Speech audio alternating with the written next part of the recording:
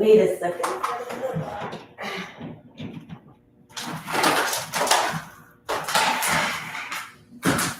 There we go.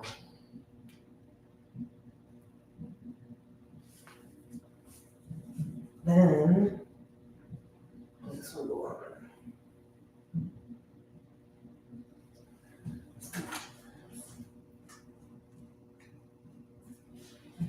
How does this charge? How does this charge? Here. And let's go in here.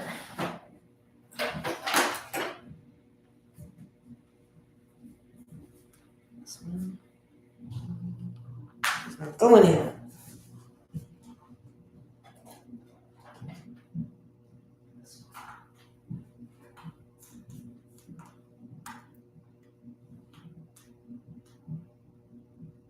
Fit in there either.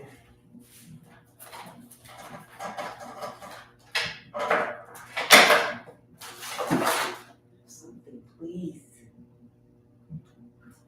Square one.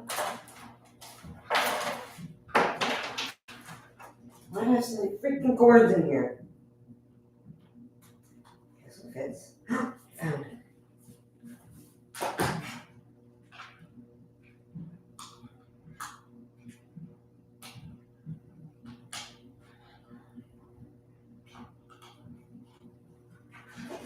Is it working?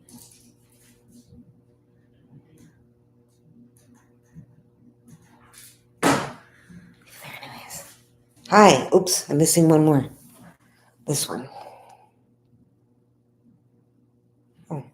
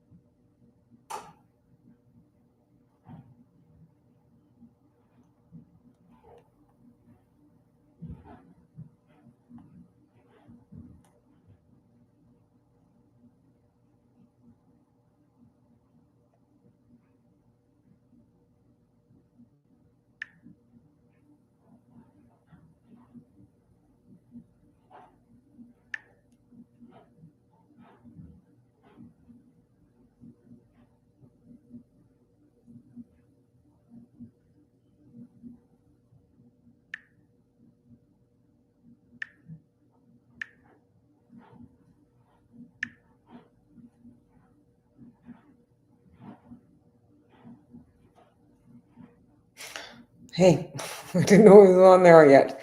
No one ever comes on this one. I need to talk to you because my mom was one of those women.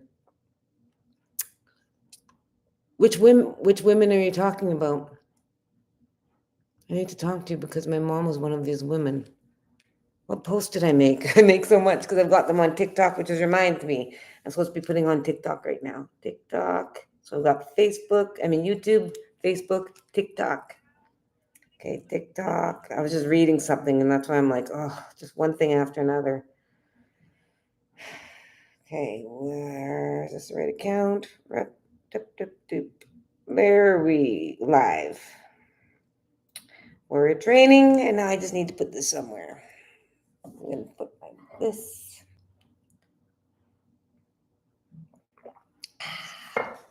Delicious.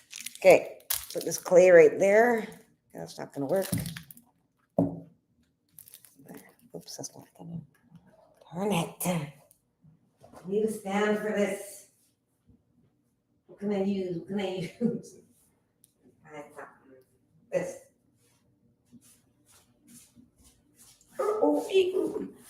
Okay. Does that work? Yes. Welcome. I'll put you over here so I'm facing all of you at this. Darn it. My Mac's gonna fall or die, whatever the word is. Where's my charger for it? Huh? Charger's not even there.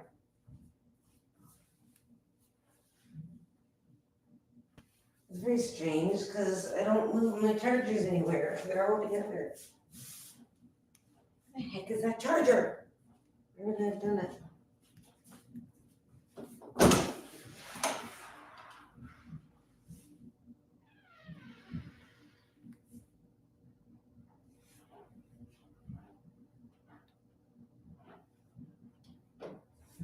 Okay, well, it's got to be here somewhere, but this is a problem. Where is it?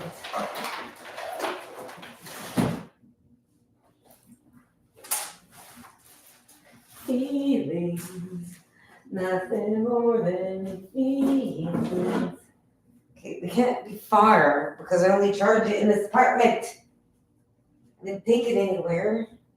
Oh, there it is. Well, that's not it. Darn it. Ah! Okay, just ignore me while. Sorry about this, ladies and gentlemen. I just got lots on my mind. Lots. Where would my charger be?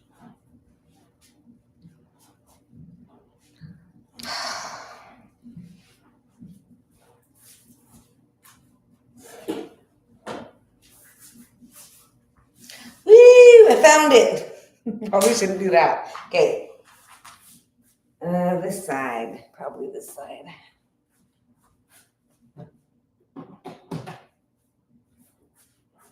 All right, now we're in control. Everyone's got battery powered up. Where is it? All right. Welcome to the show. Oops, look over here. A little bit over here. Oh, wow. This is great. Oh, let's take a moment to give gratitude for today.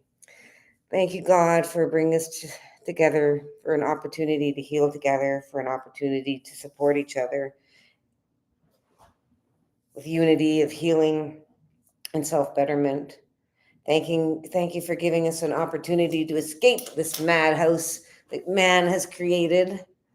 Thank you for giving us guidance and support and being there for us, even though we don't come to you and just waiting for us patiently. Thank you for not giving up on us. Thank you for unconditional love. Oh, we're so lucky. It's like having a mom for you that's always going to be there, and then you treat them bad and you ignore them and you mistreat them, and they still stay there the whole time. And this is what our Father in heaven is. This is what God is. This is what our Creator is. It's pure source energy, and nothing that we do is going to change the pure love that they have for us. So we're really lucky to be able to have that kind of love and an escape from this.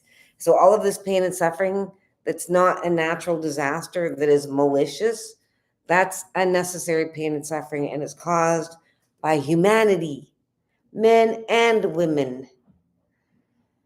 So men and women are infected, all the colors are infected. But when you get to the root of the problem, the root is colonialism. Because if you go to the pain and suffering, people are mean because people are mean to them, so it spreads. So you can't blame the people that are mean because people are being mean to them, because that's not spreading the meanness, that's retaliating back and giving back what's being given. And that's the way you resolve it. If someone's giving you harassment, you don't go and harass your children or your neighbor. No, you give pain and suffering right back at the one that's giving it to you. This is how you stop the spread. You take the poison and you use a shield and don't absorb it. No, because if you absorb it, that means you take it in. So no, you don't do that. You take your shield and repel it back like a baseball bat. They throw insults at you, you're going to batter up, plunk, and give it. They sent it at 5 miles an hour. You sent it at 550. So the goal is to rebuke. That's what rebuking is. That's not just dropping it and saying that's not mine. That's like vomiting, like out of a fire hose, but directly back at the person that sent it to you. So in ping pong, bong, bong, bong, bong. In ping pong, when you hit the ball, you're trying to not aim it at the person, because then they're gonna easily just hit it back. You're trying to make them run for it. You're trying to go over there and go over here and trying to surprise them. Well, when someone gives you negative energy, you're not trying to get it anywhere but them. You're trying to direct it right back at the person that directed it at you. That's what you do. I feel like that camera's got to go down. I mean, I could probably leave it because I'm just fooling around more. Anyways, I was out with the homeless again today. I went to go find my son. I found my son, but first I went and got a bus pass, because this is the second time I get a bus pass. The first time I had it for one bus ride in October, and then it went missing. I don't know if I lost it or if it got stolen, because I was working at the homeless shelter doing a church service with the pastor. But so I don't know. I didn't blame anybody, but I'm like, that sucks, because then I had to go buy all the tickets. But luckily enough, I got a package at a discounted rate. My point is this: I went back down today to go get my next. That's tape on there. I use this as a craft table, and sometimes I find tape. It's clear and it blends in on my counter because it's white. So I went downtown to go find my son, but first I went to go get the bus pass, and then I went to AA, but I actually thought it was NA. So I was trying to get to Narcotics Anonymous, but I actually walked in and it was Alcoholics Anonymous. And so when I walked in, I was checking everybody out, trying to remember these people. So then if I see them out in public, because that's what they do, I'm easily recognizable. So whenever I'm out and about, people come and say hi. And I don't know if I met them at one of Treaty Days or at the library or from AA or NA. So it's always nice to know where you met them from. I treat everybody the same, but it's still nice to know, so the conversation can at least be, how the conversation goes. If you know where you met them from, then it makes the conversation more easily flowing because you know more about them. So I thought it was NA, and then I started asking questions, because I was like, well, or like I didn't understand how it works. And the guy started talking, and he said, well, we talk about alcohol here. And I said, really? Why? Because I thought it was NA. I said, really? Narcotics? I said, drug addicts are big into alcohol too? And he goes, well, I'm into both. I was like, yeah, okay, so I am too. And I said, but like, what's the difference between this one and Alcoholics Anonymous? And he's like, this is Alcoholics Anonymous. And I was like, what? I'm looking around. And so I made a fool out of myself again. And then not only that, I've been to quite a few, and I just sit and listen and I'm trying to observe. And it's just overwhelming, because for me, I don't know if it's the same for everyone else, but with me, I feel like I'm holding electric fences everywhere whenever I walk into a room with a whole bunch of people, because I can feel their energy, and my energy is much more healed emotionally, whatever, and than they are. And I'm not It's just the fact. So it feels different. Just they can tell that I feel different. I can tell that they feel different. So it is like a zzz all over. So I'm just trying to maintain my equilibrium. And they're actually amazing. They're actually amazing. All of these people. I go, oh, so the speaker asked if he goes, anybody else? And he kept looking at me. What? And I was, I was looking around. I was like, I don't know, because there's like 30 people in there or something. Lots of adults and tough ones. A lot of these people like live very tough lives because when you're an alcoholic, you've been through a lot of stuff. Which also reminds me, when I found it was AA, then I looked around everyone again and I was like, oh, okay. Oh, I recognize some of these people now because I saw them at the other AA. This is an AA at a different place. That's why I thought it was an NA. So I went there and I realized after I found out it was AA, then I looked at everyone and looked at them again. I was like, oh, alcohol. And then I realized that that was judging. Because when I went in, I was like, man, these people have been through so much. And then I just seen them as very extremely resilient because I figured that if they've overcome narcotics, then they most likely have overcome alcohol. Because I'm assuming if you quit one, this is why I need to go to Narcotics Anonymous. When I quit everything, I quit everything. And so I'm assuming that Narcotics Anonymous, they're stopped the, wait a second. How does this work? AA is alcohol, NA is narcotics, but even the guy that I was talking to said pretty much everyone that does one does the other, but I know there's going to be some that just drink alcohol. Why don't they just have them together? Is it really that different? Because they've all done crap that they shouldn't have done. I don't know. Anyways. Oh, my point was this. I was walking with my son and we met a homeless person and I gave him a pear and an orange and he gave me this. He was walking with it. It's a whatever you call like sanded down or carved stick, which seems like nothing. But because I gave him the apple and the pear and stuff, I was like, what's that? That's a really nice stick because I thought he made it. So I was just complimenting it because it's cool. And it's icy and stuff. And he goes, it's yours. What? Are you sure? And he's like, yes. And so I was like, well, because when I give things like food and stuff and clothing, I am giving something as a gift when I give those things. But if someone wants to give something, they don't have to. But sometimes you feel so much gratitude that you give something to somebody, especially when they give you something that's very valuable and worthy to you, like food. And so he gave this to me. So, and then he also said, be very careful. It's going to help you walk on the ice and stuff. And so this is a gift, not only he just gave me from the heart, but also a gift that is to prevent me from falling, which is a very nice thing. When someone gives you a gift and it's to meet your needs like food or shelter or clothing, or it's for your safety, that is a true gift of love. So you should be very grateful that you have anybody that's giving you something to protect you and feed you and clothe you and shelter you. And a lot of the times they aren't even our own loved ones. It's people that are on the street, people that we don't even know that are providing the things that our family is supposed to be feeding or giving us, sharing with us. Anyways, I got this amazing stick. So I'm probably going to drill a hole in there and put a string in there so I can go like this. And it's just my height too, because it's supposed to be like under your armpit. And so I thought that I could maybe bead something or insert some crystals and stuff. And then I was doing this today. Watch. Ooh, look at that. Oops. I was also doing this. Practicing my ninja skills. Yeah. So this is really cool. It's a cool gift. Anyways, I want to show you that.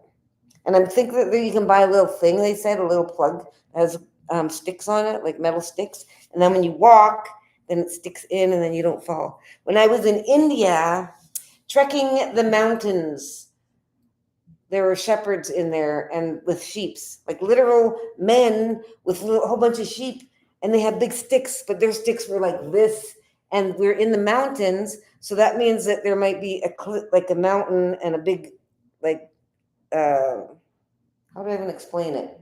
Like two mountains together, so there's a crevice going down, so they take their big stick and put it in the crevice, and they just go like this and jump over, and then the sheep just walk along the side of the mountain and join them. So the shepherds are old; they're not young and like 20 or 30 with big, or not even. They're just athletic, but they're athletic and probably like 60 or 100. I don't know. They look old, but they got these giant sticks and then stick it in the mountain and then just like just woo on the top of these sticks. That's how they travel in the mountains, the shepherds.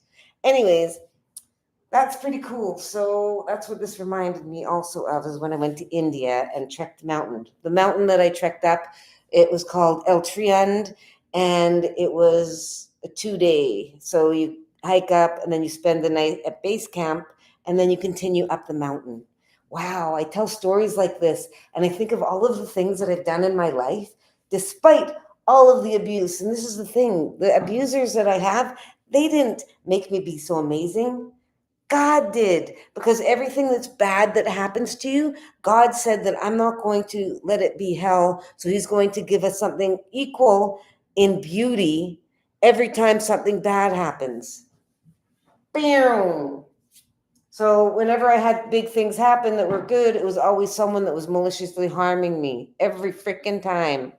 For example, I get violated, I get impregnated. So the impregnation was not because of the man that violated me and impregnated, and it wasn't because of him.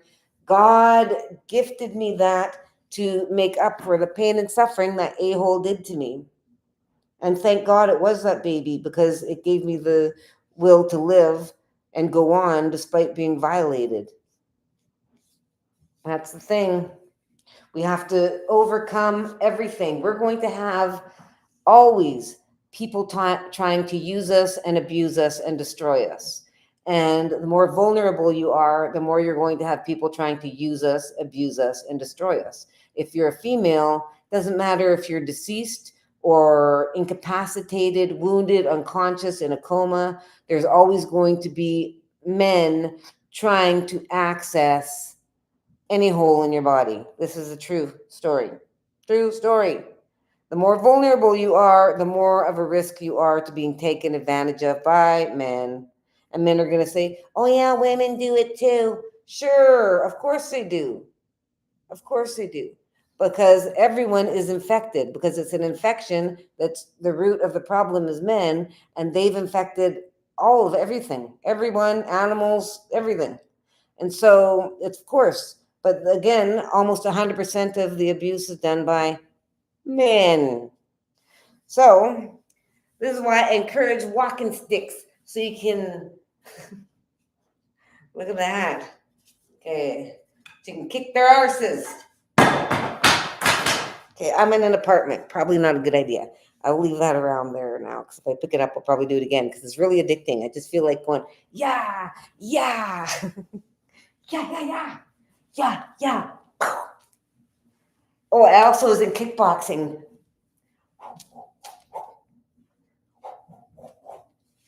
I'm pretty tough. Wow. And then also okay, what else happened today? Oh, I also went to the thrift store because I'm going to be helping some children with their reading. Their school is falling behind. And so I'm going to be catching them up in their reading skills, a brother and sister team. And they're young, probably grade 3 and 5, I think. And so I'm going to be not only teaching them to read, but also getting them to write and getting them to stand up and publicly share what they've written. So I'm going to be giving them subjects. I'm going to write a paragraph about it, like bullying or understanding narcissists. Even though they're grade 3 and 5, they're old enough to understand this. Concepts are easily understood by children because their mind is empty. when they're born. They're completely open sponges, and we treat them like they shouldn't know this and they can't know this. They absolutely, the sooner we plant this in their brain, the sooner it's going to take. So I'm going to be teaching them all of these skills so they're going to be able to navigate life as easy as possible. So I'm going to teach them a subject, then I'm going to teach them how to compose a report, which is introduction and then your points and then the conclusion. And they're going to, even though in grade 3, they're going to do 2 sentences for each one. And the grade 5er can do maybe 5 sentences for each one. And then I'm going to help them compose their sentences and explain grammar and that sort of thing and show them how to not repeat ideas and organize things. And then they're going to get up and perform it for me in front of their sibling. And so every day they're going to do this. They're going to be with me for 2 hours a day. And so when they do that, this is going to teach them all of these life skills and reading and writing and public speaking and respect for your sister or brother.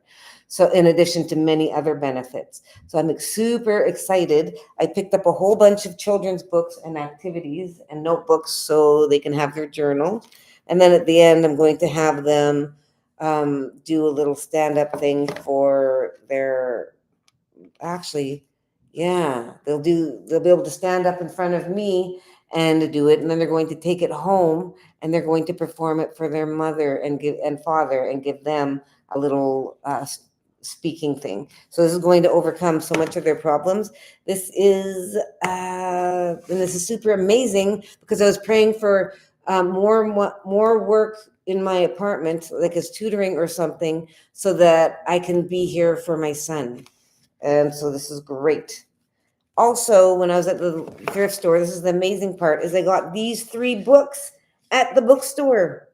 At the thrift store. This one is Counting in Cree, Animals in Cree, and Commands in Cree. Are you kidding me? Are you freaking kidding me? These showed up miraculously. So before I go to the store, I say, God, can you please give me all of the things that I'm going to need for whatever it is that I'm doing? Say the class, whatever. Or please make everything affordable for me that I need, whatever. Help me find whatever it is that whatever. And this is what happens. We get blessed with good finds. So remember, shopping at a store rather than a thrift store is everything is new. This is not the way that we're supposed to use things. We're always taught before stores came around, we just shared everything. And usually when something was new, it wasn't the greatest. We appreciated it more after it was worn in, like a pair of shoes. Everyone's like, oh man, more shoes, they're going to hurt for a little bit. And then actually they are worn in and it's better. So if you have also something that has pieces, it may be stiff for the first little while and eventually it will loosen up and then it's going to be good. So this whole idea of new, having to go buy stuff so that it's not used. So stores are actually being snooty about secondhand things, and that's what it promotes. New, everything commercial, new. We need to understand that is greedy, that's corporate thinking, that's colonized thinking. We don't need to think that way. Thank you for all the loves, by the way.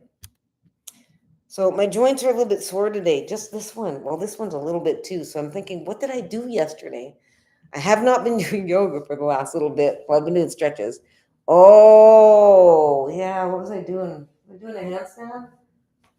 Can't remember, but this joint like hurt so much. Oh, then I also was carrying a large bag and I was holding my arm out like this because I try to strengthen it. So if it's really hard to carry, I try to carry it out here, which is even harder because then that's, getting your muscles going. If you don't move it, you're going to lose it. So you look at the people around you that are older, there's lots that they get up and they're like, oh, I can't get up. And they're trying to get up and their knees hurt and their back hurts. Do you want to live like that? Or do you want to be like one of the ones that are like, yeah, flexible? Because when you have flexibility, you have health, you have power.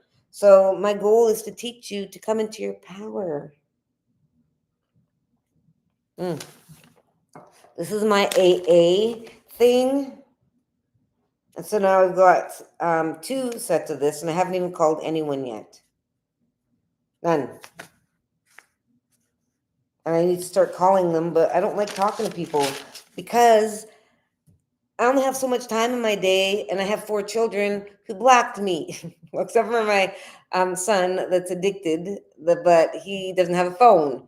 And so, like, seriously, me being on the phone with people, the only thing that does is make my heart hurt because while I'm on the phone, the whole time I'm just wishing it was with my own children.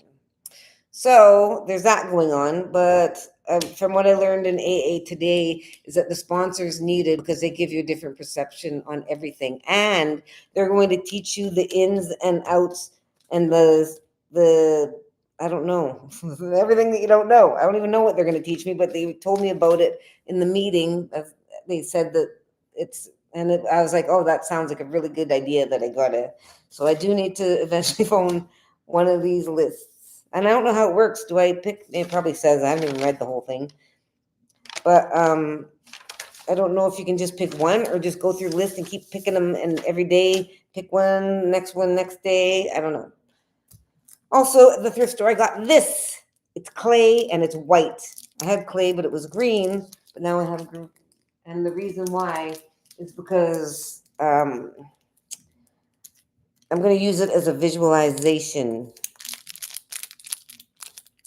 That when someone's mean to you, it's like slinging clay and then they put it on you. And if you're a light and you're a round light and all this clay is on you, eventually you can't see the light anymore because it's covered in clay.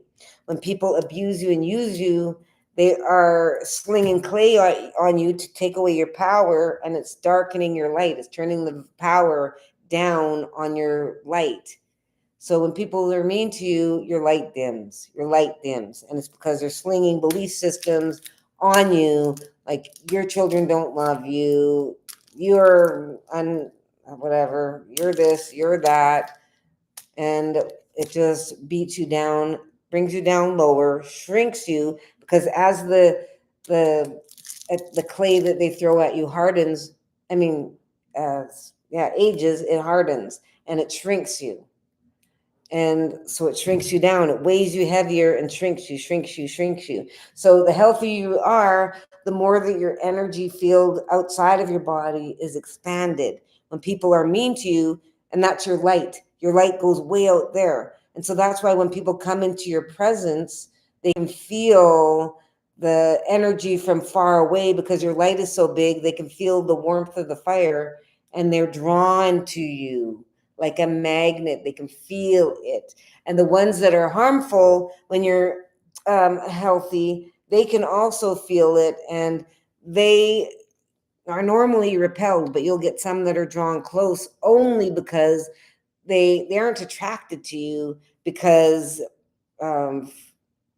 your goodness, as in an attraction automatically. They're using their free will to go against, because actually the more light you have, the more the darkness is repelled, because you can't have the same in the same spot. So you turn up the light and the darkness goes away, but the dark has light in them and they use the light inside of them to pull themselves close, and they use their free will to go against the forces that are pushing it away so that they can permeate you and implant you with poison, because the closer they get, the more able they are to get to the center of you. The closer they are, the more they're able to get to the center of you and damage you. The further they are away, the less likely they are to damage you, the less they can damage you. The closer they are, the more they can damage you, and the more likely they are to damage you. So you need to realize that there are malicious people that go out of their way, even though they're repelled by you. They're repelled by you, but you're the light. They aren't comfortable with the dark, so their job is to find all the lights and diminish them. And so the ones that aren't good at their job are going to be like, get out, get out, get put out, go whatever, eliminate yourself. That's what they say. And it's just like, wow. And so you block them. But then you got the other ones that are more advanced, and they are going to suck it up and be around you, even though it just they're seething inside, but they have a mask where they pretend that they're your friend and they call you sister or they call you brother, and they get close enough to destroy you. They wait until you're the most vulnerable and then they attack, and they have no regrets. They will not apologize. Sometimes they stay and keep you enslaved. Sometimes they guilt you, whatever. Sometimes they just ditch you and leave, and because they now got what they wanted. So the more that you realize this, the more you see the world is sick and twisted. You can't trust anybody. And this is the thing, we are all going to get betrayed and taken advantage of. We just don't know who's going to do it and where or when or how long. We're all going to endure great pain and suffering just because of humans. If humans got their act together, we would only have to worry about natural disasters and ourselves. But if we got ourselves under control, then we would eliminate 90% of the problems, because we are now in control and able to say no to all the pain and suffering that we're willing participating in. So there's people that do it and take us and enslave us and don't let us leave and use us. And then there's people that see us passing by and abuse us, so they can enslave us and use us, or just in passing use us, or they can, or we can harm ourselves with the choices that we make. And then natural disasters. So with our own free will, we have the ability to minimize lots. And then if humanity got its act together, then the only thing that we would need to worry about is like natural disasters or in the natural order of things. And that's the way it's supposed to be. There's supposed to be minimal pain and suffering. Creator created a world where there's minimal pain and suffering, but we have gotten sick in the mind, so now we're harming ourselves and all others, not just humans, but all other species. We enslave them for eating, we enslave them for breeding, for food, for everything. We enslave them for pets. And so I would like to say that this is not the red way to raise people or live. This is our home that we're living on in Canada, the United States, Mexico, all 52 countries of Turtle Island. This is all land of First Nations people. And it is not our culture to have celebrities, to have taxes, to have inflation, to have violent movies, to have offensive music, to have chemicals in our processed food. It's not First Nations to have food that is created in a factory. It's not First Nations to inject things into our children upon birth and after birth. It's not our culture to any of this stuff. It's all culture of those people that came here that destroyed us so that they could take control, and they are in power now. And this is why the First Nations people are in such great pain and suffering, is because we've been mistreated, used, and abused. And the people that are benefiting it say, oh, be quiet, you keep getting enough money. And they're willingly throwing money at us. And we ourselves, of course, we don't want to have all the pain and suffering, and the money doesn't help us. Everyone knows the money doesn't make the pain and suffering go away, and the money is not in exchange for you being here and destroying us. That's the whole thing. This is what gaslighters do. They come in and use you and abuse you, and then throw something at you, whether it's money or something in their eyes that's valuable, and they say, this is your agreement. Quit whining. You're already getting enough. That's what they say. And we're like, quit abusing us and get the F out of here. And they're like, hey, we gave you enough money. And we're like, we don't want your effing money. Get the F out of here if you're not going to be nice. And it's just a constant back and forth and back and forth, where we don't want to be mistreated and we want to have freedom on our own land, and you won't stop abusing us or leaving. You're staying here and abusing us, and that's what the problem is. Not money. It's not anything else. The whole thing is You guys are abusers and you will not leave. And some of them are saying, we're not like that. Well, you're still with them. You're part of them. So if you're part of them and they're a problem, you're part of the problem. And if you're not willingly making a difference and stopping it, then you're actively working with them. So the people saying, we're not like them, but you've done nothing to stop them. Nothing. And so that's the whole thing. There's us, the indigenous, then there's the bad demographic, and then there's the other demographic that are there saying, we're not like them. We look exactly like them, same blood, same ancestry, same everything, and clones of them. And so if you're not like them, then why are you intermingled with them? Then you're empowering them. So that means you need to separate from them and prove, and we're over here. So that means if you're going to separate them, you're going to separate them and stand in between us. Because if you're not, then you're not protecting us. You're actually intermingled with them and helping them attack us, or you're behind them helping them attack us. But unless you're in front of them preventing it, you're just like the rest of them. Does that make sense? Hope it makes sense. And if your feelings are hurt, I'm not concerned because it's the truth.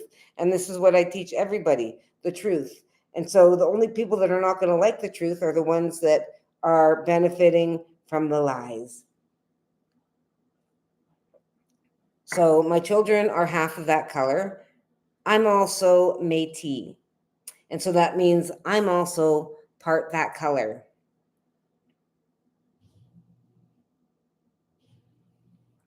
So that's how I know that I'm biased. Because if I was one color, then I would be biased against the other. But then I have children that are mixed, and then I also am mixed. Surprise, surprise, surprise, surprise, surprise, surprise. Who would have thought, hey, all these haters telling me that I'm this and I'm that. Turns out that I have white in me. That's right. I was going to say white is right, but white's not right. And this is how I can sit there and with my children, because I want to protect that part of them. They are innocent, and there's innocent people in all of them. But I'm going to call it the demographic, because if I am vice principal or a principal of a school or college and there's issues with the classes, I'm going to be like, Division 2, we got a problem. And if it's only one color, then I'm going to point it out. Because if it's not the whites and it's not the Asians and it's not the blacks, and I notice it's indigenous people, I'm going to be saying, Division 3, the natives are out of control. And are the natives going to go, whoa, not all natives? No, they're not. They're going to go, just kidding. Just kidding. They're going to say, land back. Well, you get what I'm saying. You have to call it the demographic, and it's not racist. That's just a thing that they say because they're in power. They don't want to give up the power. So they're going to use every means necessary to get us to be silent and to stop going after trying to get the power. How do you get the power? Well, you get the power by being healthy. Because we are spiritual beings. We have everything spiritually. Whatever we have there, we manifest in here. What breaks off our ability to manifest is when our connection to spirit is broken. Then we can't connect to spirit to get everything. So this is why when you have someone that's trying to harm you and take all of your stuff, they're going to physically harm you in this world to make you not be able to connect in that world so that you can't get anything in this world. So if you're physically weak, you're easier to manipulate. If you're living in fear, you're easier to be led to do things and forced and coerced. If you've been abused, then fear it's a predictable side effect of abuse, fear. If you've been physically abused, then the chances of you being fearful of it happening again or whatever, or of that person, is high because you don't want it to happen again. So especially when it's violent and stuff like that, and if you don't have anybody, and if it's groups of people after you. So it's predictable what's going to happen when you're used and abused. Everyone knows this. So the government of Canada, where I'm from, did this to me on purpose. And so I'm not happy with them. And then you get all these people going, go and vote.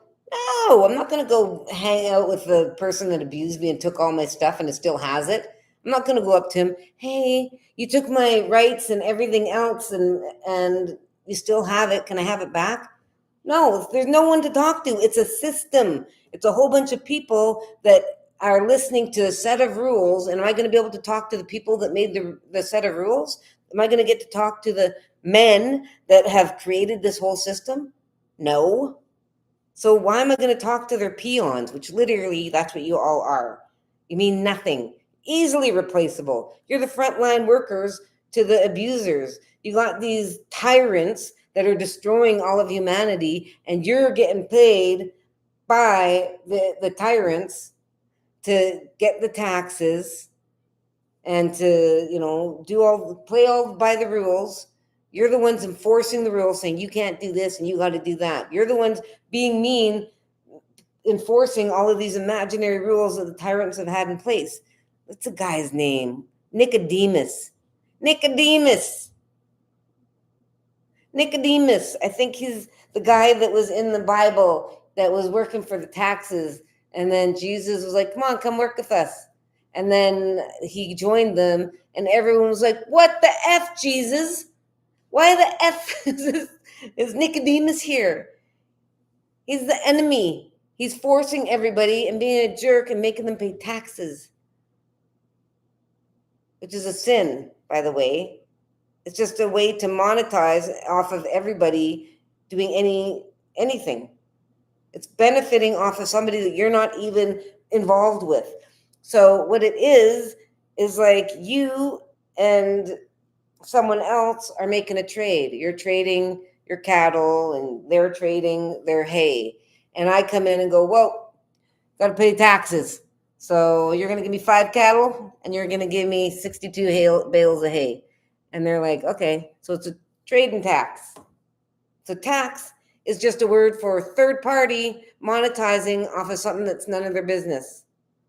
So if I started doing that, walking up to everyone, hey, there's a breathing tax, you know how rich I would be? Hey, this is a parking tax. Hey, this is a shopping tax. It's just a way to take money from someone that you have. Like, what are they doing for us? What are they doing for us? What has this government done for me personally? You expect me to work for the government and vote for them, or work for 40-hour work week for a business that is playing the game of the Canada, because Canada is they're working with them. If you go and get a job and do all that, then you're working and empowering that system to be bigger and bigger. The more, if your whole family joins in, then you just have a whole more family, and you're going to keep having babies and empowering that system. So what has that system done for me? It has taken me from my family, my ethnicity, my language, my name, still got my records. I have been separated from my family. Those are years I'll never get back. I'm never going to have the relationship that someone would have with my family from birth, because I'm a stranger. So why would I go and do that? And have I received any money? No. And would money even benefit me? Well, probably, but is it what I'm interested in? No, because it doesn't bring me back my family. And I don't want anything to do with this Canadian government. They can take their money and shove it up their beep. And I'm living proof that I don't care about the money, because if I did, I would have got a lawyer already with Stony Valley Contracting. I would have got all of these things done, but I haven't, for CIBC and everywhere else. I've been suing everybody, but I don't care, because because that's what they want. They want me to go to a lawyer, so then everything is settled. I got some money and everything's under the carpet again. And then what happens? They're living scot-free and they've done the abuse, and I'm still abused. Money doesn't bring me joy, doesn't give me back the years, doesn't bring me children back to me. For all the manipulations that they did, they tried to destroy me, and in doing so, destroyed my relationship with my children, predictably, because of the things that they've done. It's predictable that they're trying to destroy the relationship with my children, because if you destroy a mother, you're destroying the children. So if you destroy a mother, you're destroying the relationship with the children. So what was done to me was an attack for me as well as all my children. And so why would I want to work with these people? You wouldn't. And so I didn't get any money. I don't want any money. I want everybody to know what is going on with these people and these groups and these businesses, so that everyone can deal with them the way that God wants them to, the natural order of things, whatever that means. I don't know. But I know that telling the truth, there's nothing wrong with it. Everyone's like, oh, slander and libel. That's if you're lying about it. I'm not lying about it. I'm not afraid, because I'm telling the truth. I'm telling the truth. Telling the truth. No, you know. So I'm excited because I have lived all these years with all this pain and suffering and the silence inside of me, because of all of having to be enslaved into this color where they all stuck together. And I'd say no, and they took it anyways, and they just walk around smugly. And what can I do? No one to support me, and I had to smile and take it. I had to smile and take all of the abuse because I couldn't do anything, and they all stuck together, and I had to live with all of these people. Always. The families that stuck together, all of them. So when I got my birth certificate, that's when I started telling the truth about everything. And it's powerful. Because this demographic, the toxic ones, they're getting the karma. I had to live with anxiety and depression and self-loathing, like disgusting. I didn't want in my body because of everyone just using it for their own benefit. It's disgusting. And so I didn't want to even be in my body. And so I didn't want to exist. I was scared because I was always worried someone was going to violate me when I'm sleeping, when I have the hip incision, if I'm unconscious, anything, because this is what they do. And then the families all stand up for them. And then it's just, so now with me telling the truth, now they get to experience what it's like not knowing what everyone's thinking about you and if they're going to attack you. See, it's different. I thought I was going to get violated because everyone was violating me. When I told the truth about the people that violated me, now I'm no longer afraid of being violated because I found my voice. But now the people that violated me, they're feeling how I felt about myself. They're feeling a little bit disgusting about themselves instead of me feeling, because they're disgusting. So inside of them, they've got a little bit of self-loathing because they know that they're dirtbags, because everyone knows what they've done now. It's out. So they have to hear repeatedly the things that they've done, which are disgusting, and they have to face it. That's not an easy pill to swallow, to have someone repeat it, especially publicly. And this is the greatest medicine. See? And do you think that their pain and suffering is great? No, it's still not even nearly as great as what they've done to me. They're getting what they gave. They're getting what they made. So it's like them making a pie, and then they got a pie, and them saying, I don't want this. Okay, you made it. But it's different because they took a pie and they smashed it at me, and I didn't want pie, and I didn't want any of their touching me.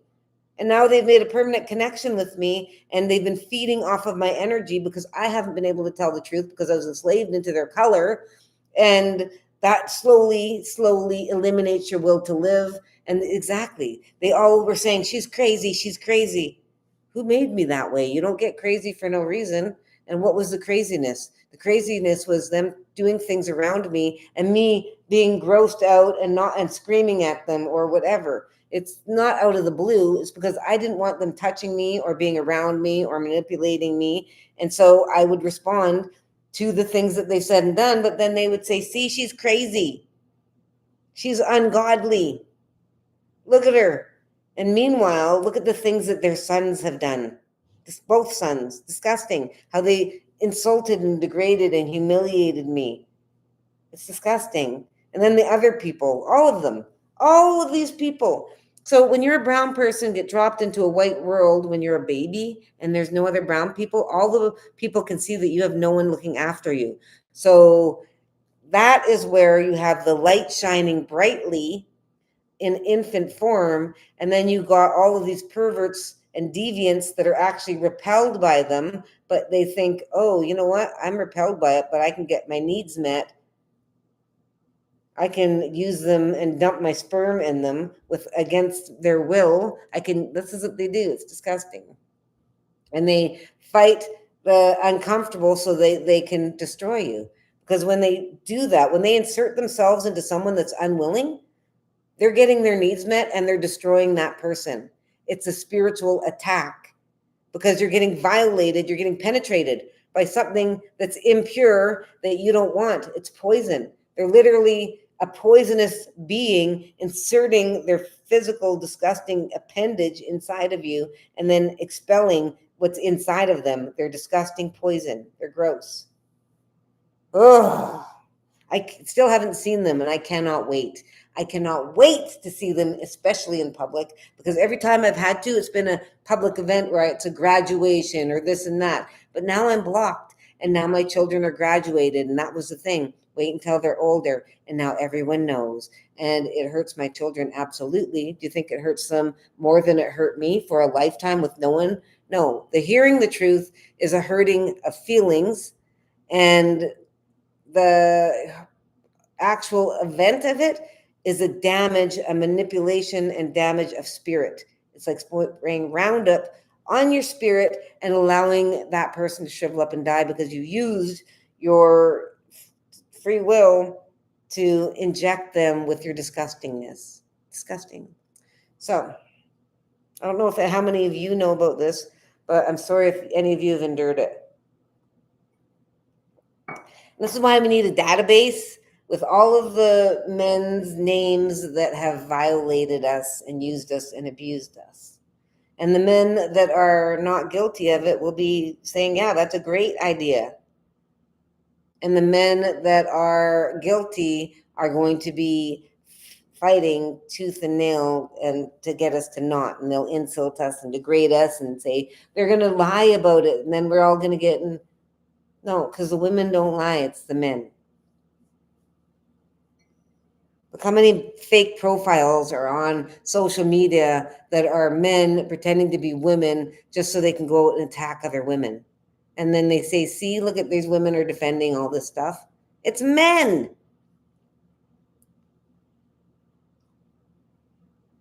And am I a man hater? No, but I'm a man teller of the truth.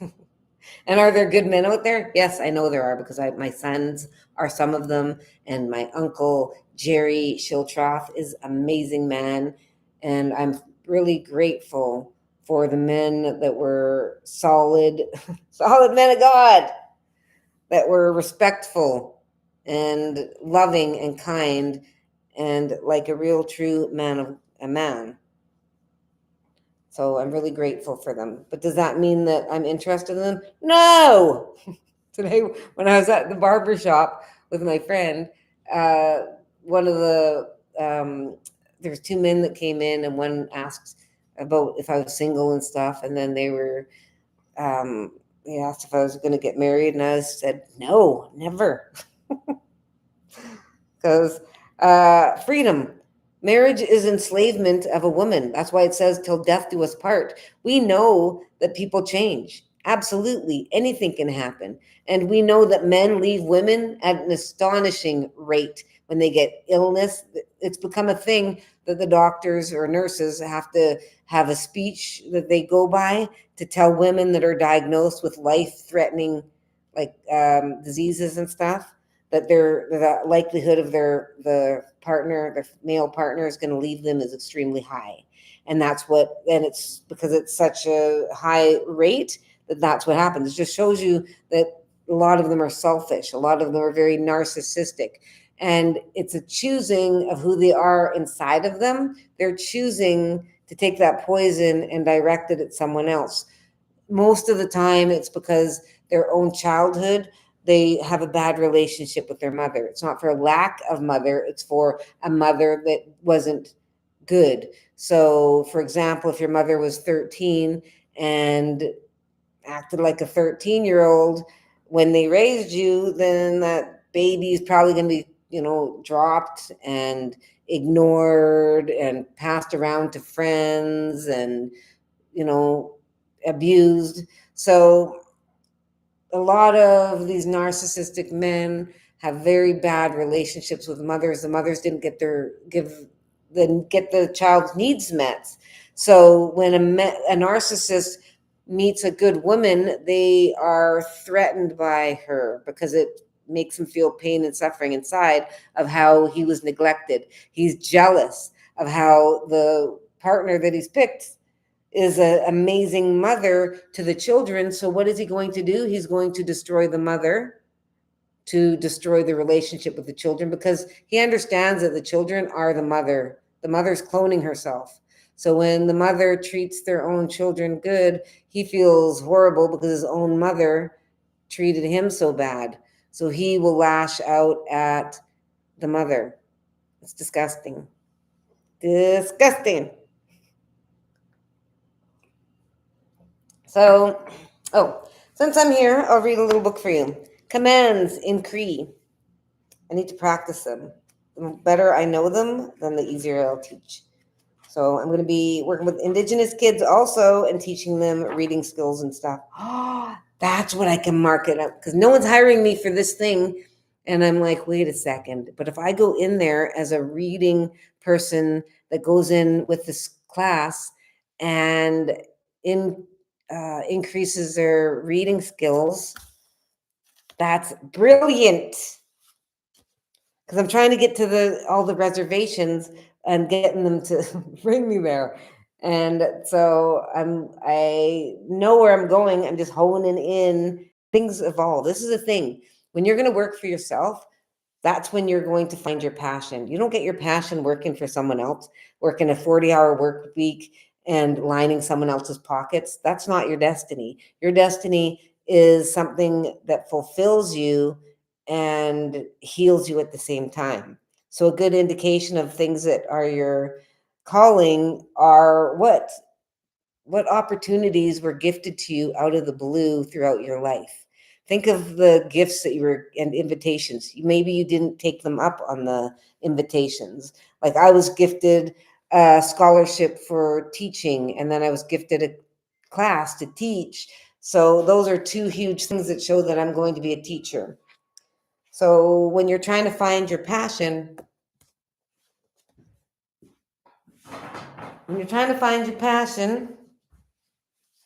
look at your history and you'll find repeated patterns of things. Anyways, commands. Commands are important. So that means like do this, do that, stand up, sit down. That's a command. You're not asking them, you're telling them to. So these are good things. These are usually what you start with. So help me is Wichihin. Wichihin. Wichihin. Help me. Pita means bring it. Pita.